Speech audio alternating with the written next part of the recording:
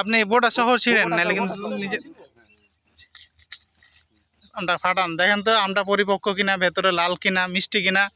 আচ্ছা, আমরা আপনারা চেষ্টা দেখছেন, করতেছি। আমি হ্যাঁ, নাচল উপজেলাতে আছি বর্তমানে, চাঁপাইনবাবগঞ্জ জেলার নাচল উপজেলার এক বড় ভাইয়ের বাগানে আসলাম। আপনার গাছগুলা অনেক গাছ, অনেক বড় বাগান। বাস্তবিক অর্থে আমের চেহারা বা সবকিছু নিজ হাতে আমরা পারতেছি, দেখেন ভালো করে। হ্যাঁ, ফাটানোর চেষ্টা করতেছি। জোরে করে। মানে কি এভাবে দিব? হ্যাঁ, জোরে করে। ওই সাইড এইভাবে? না পাগল, দেখাই দেন কিভাবে। চাঁপাইনবাবগঞ্জ মানুষ, ঠিক আছে, সরি। জোরে মারেন, ভেতরটা দেখান একটু।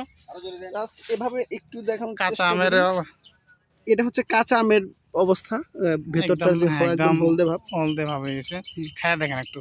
বিসমিল্লাহ। আমি ফার্স্ট টাইম, আমি আপনাদেরকে ছাড়া কাঁচা আম খাবো, এটা হতেই পারে না। এর জন্য আপনাদের সামনে সাক্ষী রেখে খাচ্ছি। সত্যি করে বলেন অবস্থা কেমন?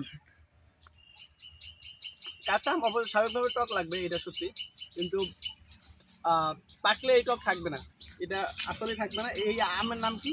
খিরসা, খিরসা, আচ্ছা, খিরসা পাট বা হিমসাগর।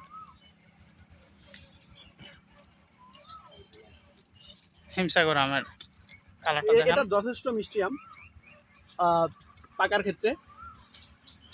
কালারটা অসম্ভব সুন্দর। আমি আমের বাগানটা যদি ঘুরে একটু দেখাই,